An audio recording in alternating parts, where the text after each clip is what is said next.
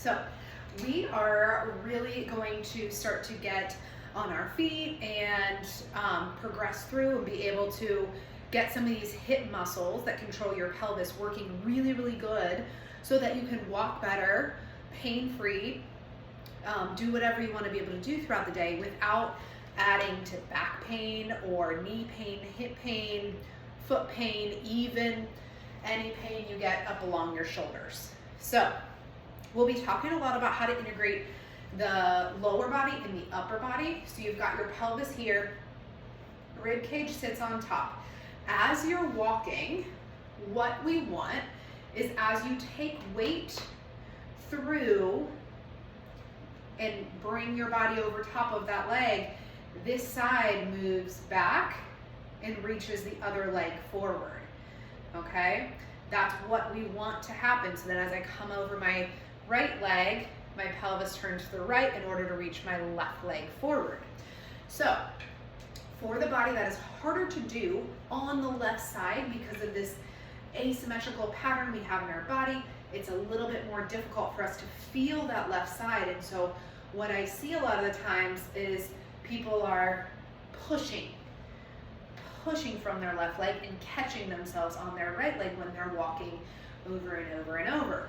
Or maybe it's a little bit of a lean to get, this hip doesn't want to move back, so we just lean over top of it. And that's when a lot of left-sided low back pain happens. The other option to get that leg to swing through is you can lean away from it, and that's where people are catching themselves. A lot of times those things are not really easy to tell from a normal speed visual unless you have a trained eye, but if you slow things down, you'll be able to see how that might be happening at the pelvis. The other key thing that I look for when I'm watching someone's gait is I watch their arm swing. And so the arms and the legs are connected. If you're walking, as you step your left leg forward, your right arm goes forward, and then it's the opposite, all right? So again, because of this asymmetrical pattern in our bodies, for most of us, it's harder to get our body over top of that left leg.